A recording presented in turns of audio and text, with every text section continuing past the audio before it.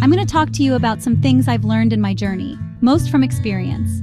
Some of them I heard in passing. Many of them I'm still practicing, but all of them I do believe are true.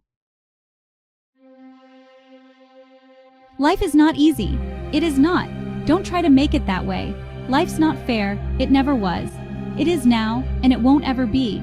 Do not fall into the trap, the entitlement trap of feeling like you're a victim. You are not. Get over it. Get on it. So the question that we've got to ask ourselves is what success is to us? What success is to you? Is it more money? That's fine. I got nothing against money. Maybe it's a healthy family, maybe it's a happy marriage. Maybe it's to help others, to be famous, to be spiritually sound, to leave the world a little bit better place than you found it. Continue to ask yourself that question. Now your answer may change over time, and that's fine, but do yourself this favor. Whatever your answer is, don't choose anything that will jeopardize your soul. Prioritize who you are, who you want to be, and don't spend time with anything that antagonizes your character. Be brave. Take the hill. But first, answer that question. What's my hill? So first, we have to define success for ourselves, and then we have to put in the work to maintain it. Take that daily tally, tend to our garden, keep the things that are important to us in good shape.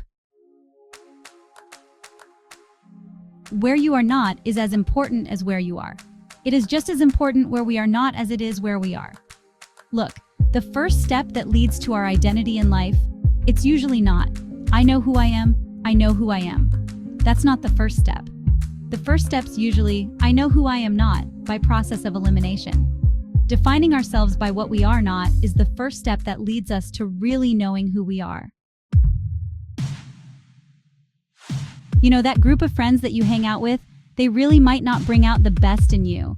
They gossip too much or are kind of shady. They really aren't going to be there for you in a pinch. Or how about that bar that we keep going to, where we always seem to have the worst hangovers?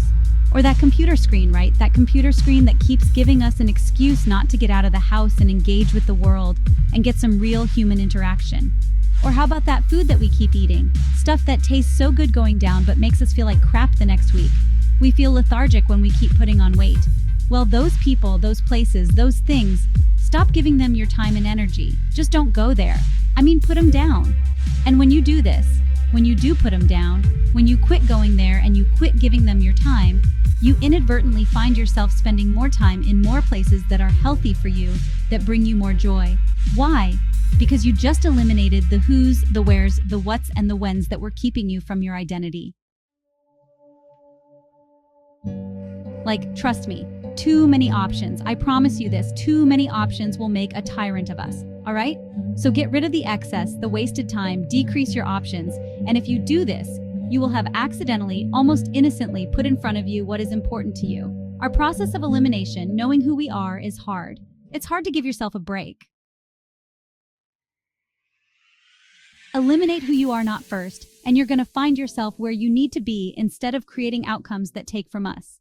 Let's create more outcomes that pay us back, fill us up, keep your fire lit, and turn you on for the most amount of time in your future. We try our best. We don't always do our best. The architecture is a verb as well. And since we are the architects of our own lives, let's study the habits, the practices, the routines that we have that lead to and feed our success. Our joy, our honest pain, our laughter, our earned tears. Let's dissect that and give thanks for those things.